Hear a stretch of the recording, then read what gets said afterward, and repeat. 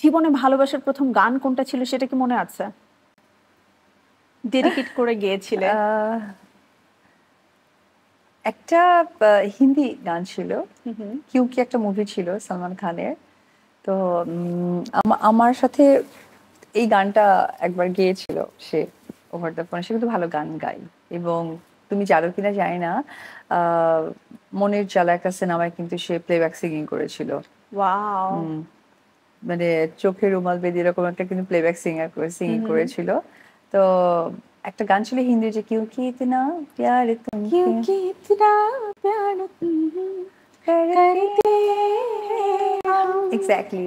তো এই क्या जानोगे, क्या जानोगे ও মাই গড, हमारे सनम।